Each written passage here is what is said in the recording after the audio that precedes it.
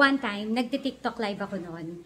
May nag-comment sa live ko na sabi niya, grabe, ang dami mong followers pero hindi aesthetic yung bahay mo. Na parang nung time na nabasa ko yun, sabi ko, pag marami bang followers, kailangan bongga agad yung bahay? Kailangan bongga agad yung bahay? Alexa, turn on kitchen. Yan. Parang nakaka-proud. Kinikilig ako kasi parang dati pangarap ko lang siya. Ngayon, eto na siya.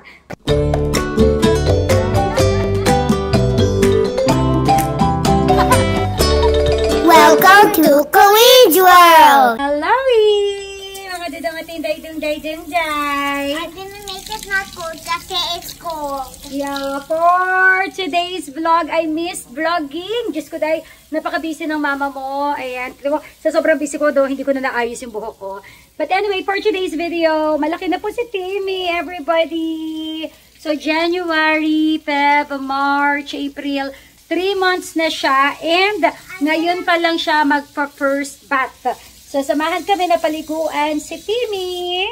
Ayan. Also, I'm gonna make it hot because, I'm gonna make it hot because it's Warm. cold. Warm. I'm gonna make it warm because also good because this one is good. So, yeah. Paliguan na natin si Timmy, baby. After ni Timmy, si Mommy naman.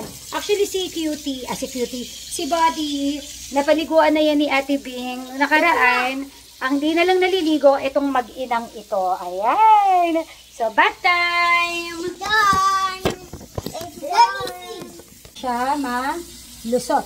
Yeah, And make it shower. Remember that beauty? Wow! Wait lang, I'm gonna find for the shampoo.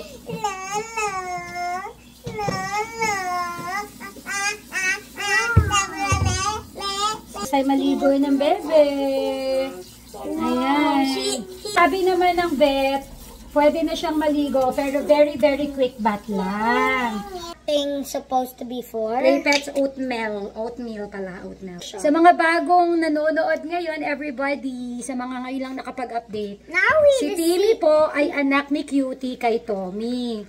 Kaya Timmy ang pinangalan ko in memory of Daddy Tommy. Mommy, look. Si Tommy na pinatay ng mga magnanakaw. Wait lang anak, wait lang. May dumidikit ka na sa puwet mo. Ang ganda ng shampoo na ginamit natin. Kasi nakaka-soft talaga siya. And then the shake. Shake na. Shake! He's just a baby and Towel. Can I try to hold it first? Hug him. Come on, let's go faster. He's cold. Make sure to Smells good. Like this, like that. Good job. It's guilty. But he's still wet. Okay. Hi, everybody. It smells good na? Yeah. Okay, next naman, si Cutie. Hi. Mwah. Adi yung bibibikal mo. She actually looks bald now. Put it there. You stop and put it there. How do I stop it? I know you get the screw. Hi! Hello! Ayan o. Hello! Fresh na po ako. Malandi na uli ako kay Buddy. Hoy, nanay ka na ni Buddy. Wag kang nagpapalandi doon. Wait, ipapakita ko sa inyo. Hindi ko alam kung napakita ko na siya sa last vlog.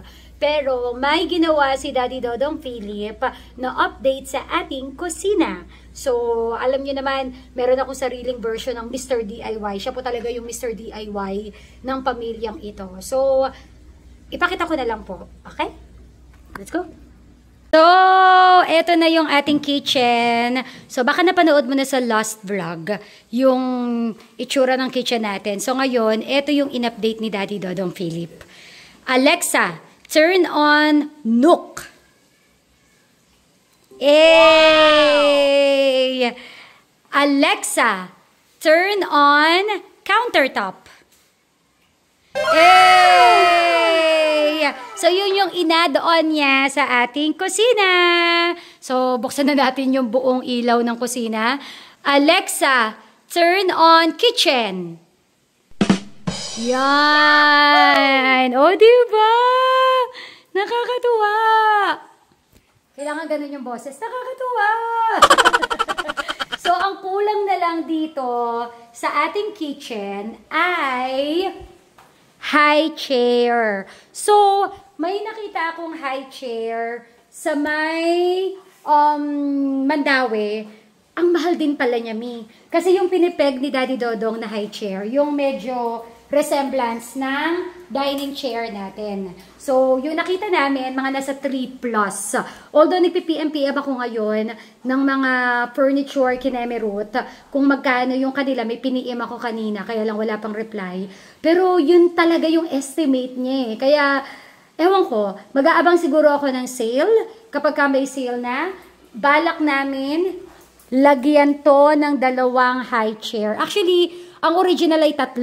Pero sabi ko, okay na yung 2 para hindi na rin nakaharang pag dumadaan dito. So, ayan!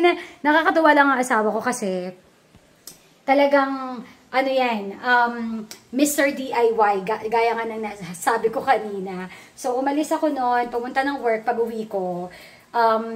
Ayan, ito na yung pinakita niya na surprise. So, yan! Flex ko lang si Daddy Dodong Philip. O, diba? Anyway, nag-post ako nung isang araw ng about sa dati pangarap ko lang magkaroon ng ganitong kagandang kusina na ngayon finally natupad na. Kasi noon, 'di ba, kada magluluto-luto ako sa bahay, talagang ingat na ingat ako sa pag-aanggulo. Kumbaga, ipapwesto ko yung camera dito, ipapwesto ko yung camera diyan. So parang yun yung frustrations ko noon na, kasi diba kung naalala ninyo sa mga previous vlogs ko, the past year, mahilig ako magluto-luto, akala mo naman magaling magluto, akala mo chef, but yeah, so struggle is real, lalo na kapag meron akong collaboration with the client.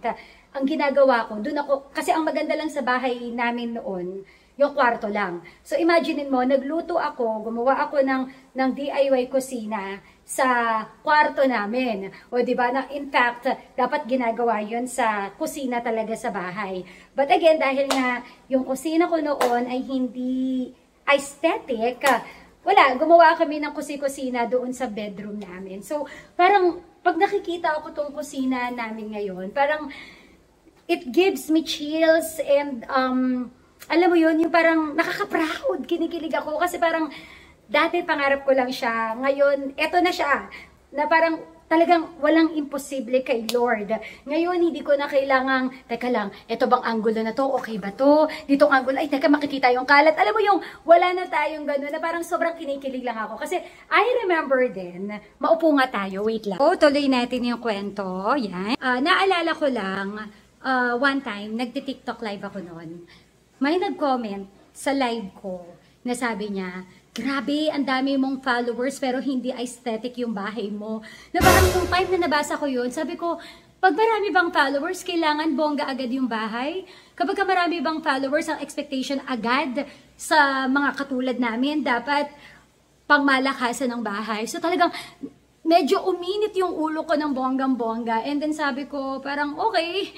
So, kaya talagang yung goal ko talaga is, sabi ko, Lord, someday, alam ko, sana Lord, ibigay mo sa akin someday yung dream house namin, yung hindi mo na kailangang umanggulo. Although, sabi ko nga, hindi naman talaga ako dapat magpa-apekto. You know naman, ako ay totoo lang, 'di ba? Genuine akong tao, hindi ako para magpaka-plastic na ganito kaganda ang bahay namin, ganito ako, etc. etc. 'di ba? Kumbaga, what you see, yun yung makikita nyo talaga sa mga vlogs ko. Kasi ang hirap pong magpanggap, 'di ba? Hindi kami pinalaki ni Ka Olive na magpanggap ka na mayaman ka, kumuha ka ng bag na mamahalin kasi status symbol yan. Hindi eh. Kasi from the very beginning, talagang practical akong tao. Alam nyo yan. Diba? Pinapakita ko yung totoong ako, ano lang yung meron ako. Kasi mas gusto ko na mamahalin ako ng mga tao or panonoorin nyo ako, hindi dahil i-idol nyo ako dahil may mga mahal akong gamit. Diba? Yung susundan nyo lang ako kasi ang yaman ko. 'Diba? Eh, maganda lang ako. Charing! So, parang, alam niyo yon, comment down below kung una sa lahat, bakit nanonood ka pa rin ng vlog ko? Is it because may mga branded ako na gamit, which is wala naman? Is it because, 'di ba? Basta comment down below. So, yun lang. Basta nakakatawa lang, nung nag-post ako, alam mo yung may nag-PM sa akin, shout out sa friend ko na ito, na matagal niyang tinago yung info na to, pero nung nakita niya yung post ko, talagang sabi niya sa akin, naalala niya yung isang tao na, ito yung chat, basahin mo na lang. 'Di ba? Na parang, grabe daw ako, sikat ako, pero hindi ako nahihiya na ipakita yung bahay ko. Na parang, so sabi na lang ng friend ko, parang, kilala naman kasi kita, ma'am, wala kang pretentious. So I am just glad, 'di ba, na yon. So hindi niya lang sinabi sa akin noon kasi baka daw ma-hurt ako, pero natutuwa lang siya na parang siya na mismo yung nagsabi na, oh, huyo siya ngayon. 'Di ba? Ipakita mo ngayon yung bahay mo. So parang gusto, again, this is not to brag, hindi para magyabang. Siguro ang gusto kong iparating sa vlog na ito is, wag natin i-normalize yung parang pakiramdam natin mas mataas tayo sa ibang tao. Wag natin masyadong tingnan sila ng, ganito nga siya, pero ganito naman yan. Di ba? Parang, kung wala tayong magandang sasabihin sa kapwa natin, siguro, i-normalize natin na mag-shut up na lang tayo kaysa magkasala tayo. 'Di ba? Kasi, parang, what for? Yun lang yun eh. Parang sabi nga ng friend ko, parang, bakit? Bakit kailangan may ganun? 'Di ba? Na parang, kailangan ba talaga? Kung ano yung ine-expect mo sa kanya, kailangan ganun ba talaga? So, yun. So, yun lang. Again, hindi tayo nagbabrag sa vlog na ito. Hindi tayo para, ang ganda na ng bahay ko, ano ka ngayon, hindi gano'n na. Wag niyo don't get me wrong. Siguro, again, the purpose of bakit ko to kinikwento is, gusto ko lang i-remind, wag natin i-normalize yung ganong attitude. Let's always be happy sa kung ano ang meron ng isang tao. Wag natin silang minamata. And kung halimbawa nakikita natin na akala mo ganito, parang lalaitin mo na siya, na parang, kasi ang dating kasi sa friend ko nung sinabi yun, parang, sikat ka nga, ang pangit naman ng bahay mo. Ganon yung dating na parang, okay, diba? So, wag ganon. And ako siguro, I am just proud na nagsimula kami na mag-asawa from humble beginning. And kung ano man yung meron kami ngayon, talagang pinaghirapan namin siya.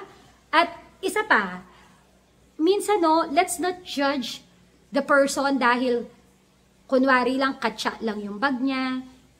Kunwari ang bag niya ay gawa sa recycled na mga sesto, etc. Kasi for all you know, that person, sinesave lang niya yung pera niya sa mas malaking dream na gusto niyang i-achieve balang araw.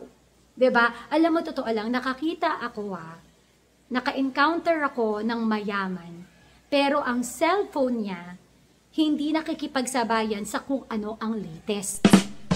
Doon ako talagang parang napawaw, na parang ang tunay na mayaman, parang hindi para ipakita na updated ako sa latest model ng iPhone, ipakita na lagi ako naka-branded, hindi.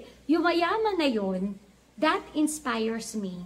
At mas naniwala ako na hindi mo kailangang magkaroon ng branded na bagay para ito agad yung status mo sa mundo. Although siguro nakakalungkot lang kasi may mga tao na they really need to invest sa mahal kasi nga may mga utak na ganyan. Diba? But ako lang for me lang I am looking at sa mas practicality. Hindi ako para i-judge ka na, bakit kaya hindi siya naka-iPhone? Sikat naman siya. 'Di ba? Siguro ganito ganyan. Hindi parang ako tinitingnan ko to as siguro may pinaghahandaan na mas priority. Siguro 'di ba, parang gugulatin ka na lang isang araw, nakabili na siya ng 10 lupa. Kumbaga parang akala mo katsa lang yung bag niya, pero yung katsa niya na bag, may 10 lote na siya. So parang ganun lang. So, ayun. Wala lang, napashare lang ako bigla. Namiss ko mag-vlog, tapos napashare na rin. After ko magpaligo ng mga aso. So, yun lang. Comment down below kung ano yung thoughts mo. And, kung meron kang mga na-encounter na ganitong klase ng tao, yung minamata ka, yung pagkatao mo, yung parang iba ang tingin sa'yo, hayaan mo na. Brush it off. Wala kang kailangang patunayan. As long as masaya kayo, 'di ba? Bonus na lang kung meron tayong magandang bahay, pero ang mahalaga yung masaya yung pamilya mo, yung healthy yung pamilya mo, that is okay. Okay? But of course, huwag tayo titigil na mangarap kasi nga Matthew 19:26, walang imposible kay Lord. Basta magsikap lang tayo, lumaban ng patas. Huwag magmataas, huwag mangmata ng kapwa. Okay? So, yun lang. Na-share ko lang. So, comment down below kung may ganito ka bang same experience and let me know in the comment section below. So, yun lang. Napashare lang ako, o diba? Yeah. So, anyway, actually, ang dami ko pang gagawin. Na-overwhelm ako sa mga gagawin ko. Lalo, it's tax season na. Diyos ko, sakit sa ulo ng tax. Kaya lang talaga ako nagpaligo ng mga aso para lang mawala saglit yung iniisip ko about tax. Yan ang pinaka-ayokong inaasikaso. But, yeah. So, bye-bye na muna for now. Marami pang gagawin ng Mama ng Bayan. So, thank you for watching. Until next vlog. Pahalo ka, Kubi.